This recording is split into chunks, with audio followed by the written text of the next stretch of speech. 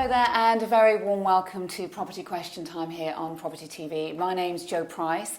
Thank you for joining us, and in this show we pose your questions you've sent in to Property TV to our panel of property experts, and joining me today is Bowring, who is founding director of the Ringley Group, also Paul Mahoney, MD of Nova Financial, and last but not least Tony Gimple, who is founding director of Less Tax for Landlords. Welcome to one and all. First of all, Tony, you have a little golden nugget, some wisdom for us on property. Yeah, always look at the worst first. Okay. Yeah, we all tend to look at the golden horizon, but actually you need to look at what could go wrong. In this case, whether you're buying property or not, the thing to look at is life. You're going to die. Sorry, folks, but yeah. Yes, I know. Yeah, I know. We all are. It's a real pain, but there we are. There's one certainty in life, isn't there? That I'd like to say death and taxes, but given what I do for a living, it's actually just death. But anyway, 2/3 of the adult population doesn't have a will, and that causes a range of problems. So without a will, everything will pass to your spouse or civil partner automatically, up to given financial levels. And if you've got children, you could find a situation where your spouse or partner doesn't have enough money to live on. There may be people who you want to otherwise exclude, but without a will, you can't.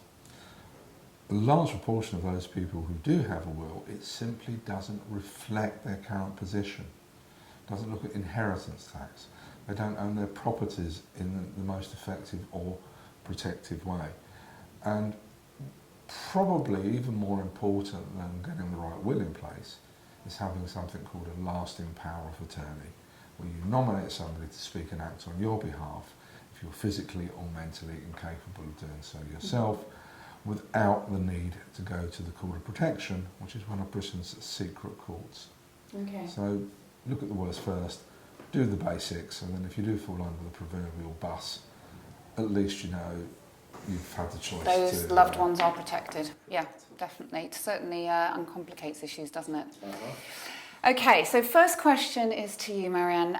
My 99-year lease on my flat is near completion. I have 18 months left.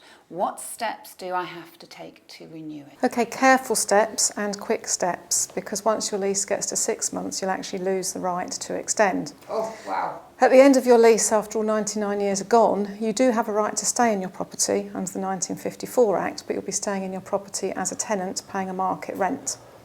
Okay, so eviction isn't a prospect, but a change in your status for a property that you've owned for many years would be. So to start your lease extension, you need to serve a Section 42 notice, and that will claim you the statutory right to an extra 90 years, and also to change your ground rent to become a peppercorn, which effectively means nil because it's never demanded. Serving this lease extension claim notice is going to be high risk for you, because if the notice was wrong or incorrect or invalid in any legal way, then you may not end up, by the time that you've realised that, with enough months left to start your lease extension. So a very good solicitor, or even perhaps barrister, to review the notice before it's served will be critical. Your notice has to pass some tests. You do have to put the premium that you want to pay in that notice. So to do that, you will need to get valuation advice. The premium has to be bona fides and realistic.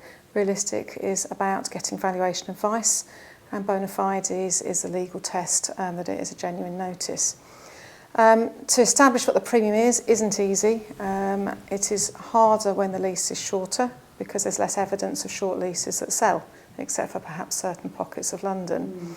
But there's many factors that go into the lease extension valuation. That'll be the ground rent you pay today, how long is left until the property reverts to the landlord. In your case, that you've just said that's 18 months. Also the value of the property today with a short lease, and the value of the property once you've extended it. So that would be 90 years plus your 18 months. That's what you would end up with. The good news for you is that under the 1993 Act, because you're claiming this lease extension under the statutory basis, effectively you get a discount. Oh. Insofar as to, I suppose, show the value of you living there for many years. What's called the marriage value, which is the difference between the short lease value and the long lease value, is split 50-50 between you and the landlord. Thanks, Marianne. So over to you now, Paul. Next question is, my current mortgage is in joint names with my mother and brother. However, they no longer live in the property. I'm looking to get them taken off the current mortgage and put my husband's name onto it instead. My brother and mother have agreed a fee, which we're happy to pay. What steps do I have to take to change the mortgage over to mine and my husband's name? Good question. There are a range of things to consider there. The question was with regards to changing the mortgage over.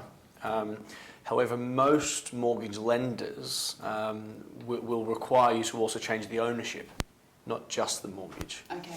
And someone who isn't an owner of the property can't be on the mortgage. So your husband would need to become an owner of the property, and your mother and brother would likely need to cease their ownership of the property. So it's essentially a sale. It's not just a switch of the mortgage. In executing that sale, you'll of course need to go through a conveyancing process, both for the sale and for the probable remortgage of the property. And some lenders may allow a sort of switch of product, or even perhaps potentially staying with the same product and changing the names on that product. It will very much depend on the lender that you're with and the product that you currently have in place. Other considerations are potential stamp duty and capital gains tax on that change of ownership, because it is a sale event, it's a capital gains tax event. But so far as the actual process, it's relatively straightforward. I suppose the main things to consider would be the repercussions or the costs associated with that process. Would it be simpler for her to just keep the property in her name and just get the mother and brother taken off? Because essentially when they're married... Well, taking the mother and brother off would also be a sale to the person asking the question. And also would potentially affect the mortgage, because if that individual, I'm assuming this individual lives in the property, if that individual doesn't have the income to support the serviceability of the mortgage, well, that's a change, and the lender could decide that they're not happy with that. So that's another thing to take into account. When considering both the question, the person who asked the question's income and also their husband's income, can they actually afford this mortgage? With the current lender or with other lenders. And the fee as well. The fee associated with potentially a switch. Some lenders may allow you to stay on the current product or to switch on to another product with them, which would usually mean the fees are a bit lower. But the amount of products available would also likely be a smaller pool. So another question that would require more information and provide a specific answer, but that gives a bit of an understanding of the things to consider with that situation, that process. Okay, all right, great. So really do need advice on that, and also speak to your mortgage company perhaps, just to investigate initially. Yeah, exactly. You seek the advice of a mortgage advisor and an accountant. The two really important things in that situation. Great, thanks Paul. So coming to you now, Tony.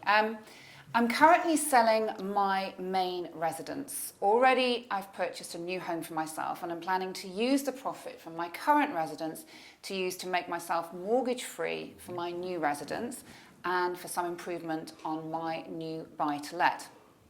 Also, I'm planning to sell 3 more buy-to-lets, all bought between 5 to 7 years ago. To make it easy, for example, one property was purchased at £100,000 and now I have a mortgage left of £50,000. So 3 times 50,000, 150k. I want to use this 150,000 to repay my 3 old buy-to-lets. What is the tax equation here? I haven't sold anything before, so I need to learn from scratch. First thing, there's no capital gains tax when you sell your principal private residence. So the proceeds of that are yours to do with as you want. Buy another home, shoes and handbags, whatever rose you boat, your money to spend. The CGT calculation is not straightforward. But in simple terms, it's the price you paid, plus all the costs in running those properties, improvements, fees, etc., etc., etc., taken away from the eventual sale price. And then the amount of tax you pay will be dependent on your marginal tax rate. Okay, all right, great. So again, take advice, speak to an accountant who is an expert in property. Yes. Yeah. And also, I mean, would you recommend they don't sell the 3 buy-to-lets from what you've said earlier, Tony? It's sort of like hold on to the property and maybe try and work it out in another way. It's the why is the big question. It's not the what or the how, it's the why. Why do you want to sell them? It can be as simple as, I just no longer want to be a landlord. I don't want to have mortgages. You know, I want to liquidate, not necessarily to invest, but to spend or to give to family or charities. But you shouldn't do anything until you've sat down in a darkened room with a bottle of scotch and a cold towel wrapped around your head and worked out, why am I doing it? What's in it for me? Gin would be my choice. Okay, great. Again, take advice and just take it slowly, consider all options. As you said earlier as well in one of your golden nuggets, think about the end goal and then work backwards. It's the why. Great. And then you can worry about how. Anything to add to that, guys, at all? Yeah, just to expand on that, they said that they were planning to sell, considering the other options. We've said in earlier shows that selling isn't the only way to release money from properties, whether that be a buy-to-let or your home. And remortgaging can be a much more tax-efficient way of releasing cash to do certain things. So I suppose taking a step back from why you've come to that conclusion is assessing all your options, speaking with a professional advisor as to what your options are and what the outcomes of those options may be, and then making an informed decision from there. Okay, great. Thank you. Thank you both. Paul, we're heading towards a break quite rapidly, and I believe you have a little word of wisdom to give us there, a golden nugget, as we like to call it. Excuse me. I do. I suppose kind of 2 parts. Firstly, when it comes to investing in anything, but we're talking about property, so investing in buy-to-let, it should be very unemotional and commercially minded. It's not about what you like or want, really. It's nothing to do with that, because that doesn't affect the investment. It's about what makes the best investment and what the target market wants or likes. And that relates very much to, I read a stat recently that said that 9 out of 10 people invest within 5 miles of their own home, which makes sense, I suppose, logically. But statistically, it doesn't make any sense because, let's say that placemat is the 5-mile radius of your home and this table is the market. The chances of the best investment being on that placemat just because you live there are probably pretty slim. That's really, really interesting. That's amazing. 9 out of 10. 9 out of 10 landlords invest within 5 miles of their own home. Security blanket, do you think? It's well, they understand the market. Okay. That they know where's good, they know where's bad, they know values, all that sort of stuff. So it does kind of make sense. But I suppose, again, coming back to seeking professional advice and expanding your horizons a bit, it's probably quite likely there is a better investment specifically for you elsewhere. So not restricting your region, being unemotional, making investments based on solid logic and fundamentals as opposed to what you want or like or where you live. Okay, great. Thank you so much, guys, for the first half. We will be back in the second half here on Property Question Time with a question from a viewer who has very luckily won a house recently. Join us then.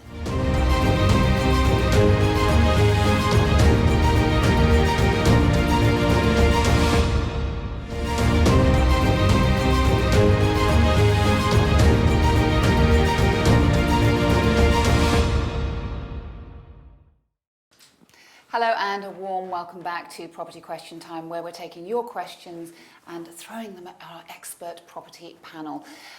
In this second half, we're coming to Marianne first with some pearls of wisdom for us, some knowledge and a golden nugget, as we like to call them in our question time. What do you have for us today? Okay, we were talking over the break about the due diligence in purchase. So I think if you're not lucky enough to be buying a whole house or buying a whole block with all of the flats in it, that leaves you buying one flat. Mm-hmm. So when you're buying one flat, there's a process called preliminary inquiries, which the solicitor will deal with. And part of those exchanges should be 3 years sets of service charge accounts. Now the service charge accounts really give you the financial well-being of the building. And what you need to be doing is looking firstly at the income and expenditure account to see if there's a surplus or deficit for the current year. And if there is, making sure that in the purchase transaction that's paid for by the seller. But more importantly is to look at the balance sheet, because that could be hiding some sins. The balance sheet is where, if there is a reserve fund, it will be stated. So you need to know how much is in the reserve fund, because in an ideal world that reserve fund will be accruing an amount every year, so that in perhaps 5 years, 10 years time when you need a new roof or the cyclical decorations, you haven't got to dig deep into your pocket in that year for a big expenditure. Of course, that would affect your overall return on the property and could knock out the whole of your profit for that year if the reserve fund isn't adequate. Another area to look at is the top of the balance sheet, because in theory the only debts on the balance sheet should be service charges that are not paid. That's not a good thing, and if there are any service charge debtors, you need to know who they are, because that will give you an idea of the quality of the people living in the block. Because if they're not paying their service charges, then eventually there won't be enough money in the pot and services will have to be cut.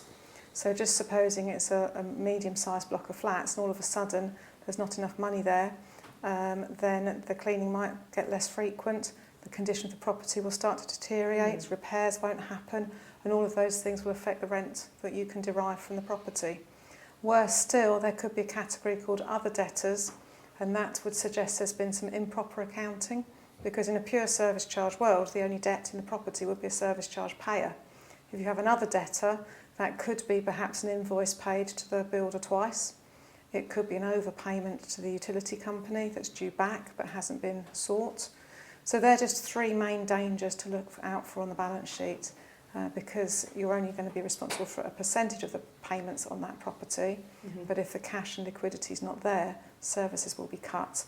And if you own a share of the freehold, you might end up having to make a personal loan to the service charge to cover the neighbour who hasn't paid, and contemplating the risk of legal action.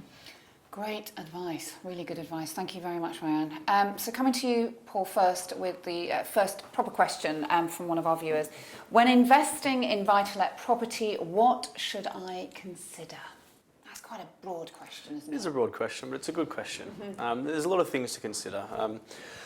Buy-to-let, especially now, is becoming a little bit more complex. It's been very much a DIY type activity in the past, and I speak to a lot of people that they come to us for advice because of these complexities.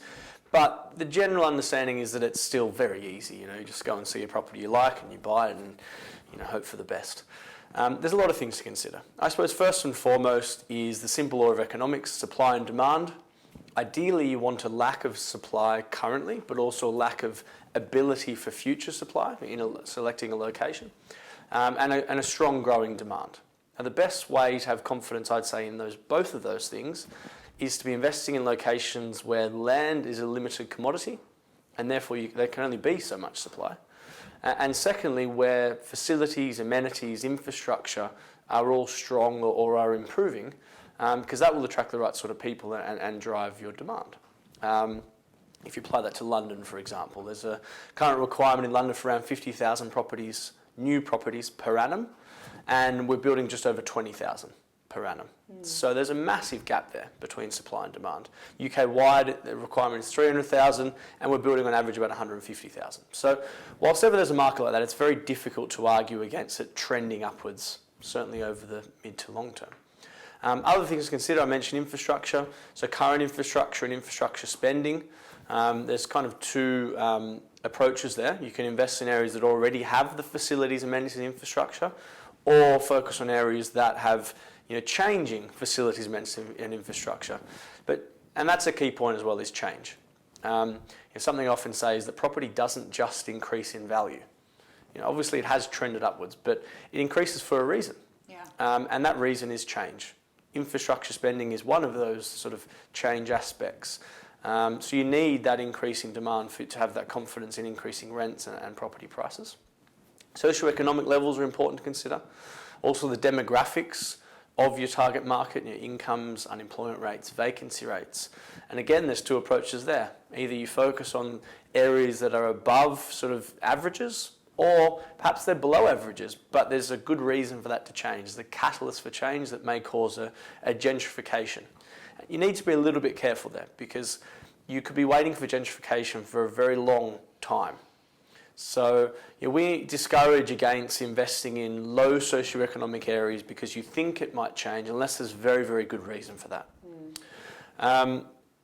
making sure that you apply what we call the Waitrose test. So there was a study a few years back that said that in the years prior, whenever a Waitrose went into a new town, prices went up on average by something like 12%. Now, the reason for that, it's not because the Waitrose has gone in and people can get their milk and their bread more quickly. It's because companies like Waitrose do a lot of research on things like socioeconomic changes, population growth. They want strong foot traffic, but they also want their sites to increase in value. So following intelligent money, really. If you can see these things changing, you can see these new companies investing, because they don't invest money to lose money. No one does that. So if you can see those things, it's usually a very positive sign. Then when you've got the location, I suppose it's identifying the property. We tend to have a preference for desirable properties in desirable locations, which aren't going to be the cheapest in the market. But desirability, in our opinion, is more important than price. And certainly in my experience, when buying properties where you feel as though you've paid fair value, they tend to perform better than the ones where you feel as though you got a really good deal. Okay. Because the ones where you got a really good deal, there's usually a good reason for that. Yeah. Great. So, range of things to consider. Yeah, a whole range of things to consider. Thank you very much, Paul. Coming to you now, Marianne. After buying a freehold, what kind of accounts would they need to produce? Okay, so because you've bought a freehold, most people will buy it through a company. That's because in English law, a maximum of 4 individuals can own a piece of land. So the common way to do it is to incorporate a company. The people participating in the freehold purchase become shareholders of that company, and therefore the freehold is transferred to the company. So what I'm trying to allude to here is that brings you a liability to file accounts with Companies House every year. So that's company accounts. Those company accounts will be trading because you traded and purchased a freehold. You may or may not have income because you may or may not still collect the ground rent. Perhaps if everybody bought the freehold, you could pass a resolution not to pay the ground rent, but you will need some income to pay the accountant to produce those accounts. There's then another level running, which is out of the lease, putting aside the Companies Act for the minute. The Landlord and Tenant Act controls the accounting regulations on the lease. It's the 1985 Act, and where there are 5 or more service charge payers, you have to produce a set of service charge accounts and have a legal duty to serve those accounts on the service charge payers. And not doing so could lead to a £2,500 fine from the council. Wow. So there's 2 sets of accounts. You've got to always remember you've got 2 heads on. One head, you are a freehold shareholder, accountable as a director to Companies House. And with the other head on, you are a leaseholder yourself, and you've got to abide by the freeholder's covenants in the lease, which will include accounting for the service charges as collected. Great comprehensive answer. Anything to add to that, guys? No? Great job. So, Tony, let's see if we can test you now. One of our very, very lucky viewers has just won a house in a competition. How cool is that? They live in a property that they've just paid off as well. It sounds like they're quids in. What are the likely taxes that they might encounter if they decide to sell the house they already own? Who said Daily Mail readers don't get lucky? Okay. They read The Guardian, actually. Well, in that case, yeah. We're not going there, shall I? It's like the champagne socialists, I suspect, but anyway. First of all, there's no capital gains tax on your principal private residence. Okay. And if they were to sell the windfall property within 18 months, no taxes to pay. If they rent it out, however, there'll clearly be income taxes on profits and so on and so forth. So the first 18 months then, though? First 18 months, they sell it within 18 months, happy days, pocket the cash, do whatever you want with it. Okay. If they hold it for a certain period of time... Once you go beyond 18 months, eventually, when they sell it, there'll be capital gains tax to pay, and if it's rented out in between, there'll be all the transactional taxes on profits and so forth. So if you're going to get rid of it, do it now. Otherwise, take the tax burden. Yeah, okay. And as we've said in previous shows, just hold on to it if you can.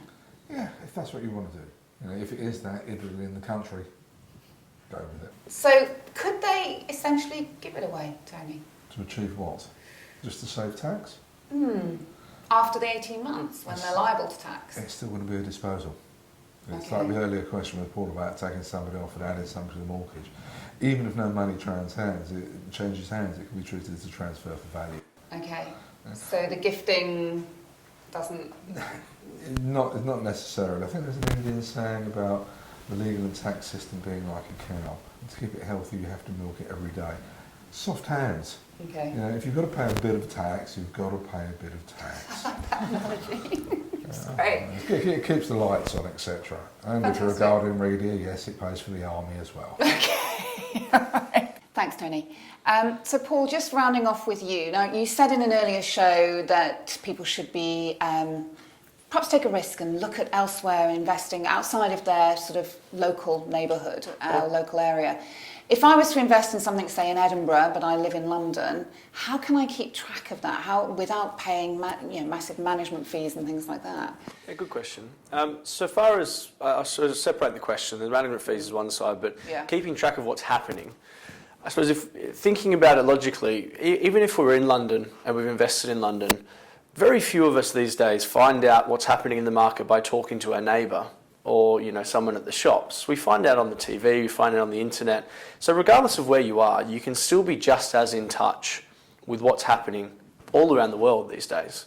So, I think sometimes people build that sort of wall up in their mind so far as, I don't live there, so I'm not going to have my finger on the pulse. But you most certainly can have your finger on the pulse anywhere. Thank you so much. Thank you all for your great answers this afternoon. I really enjoyed talking to you. And thank you for watching. And don't forget, if you have any property-related questions, you can send them right into us. And the email address is info@property-tv.co.uk, or indeed go to our website and click on Property Question Time there, and you can put the question into the website. Or indeed, if you have a device, you can catch up with Property TV on the app. Download it. I'll see you very soon.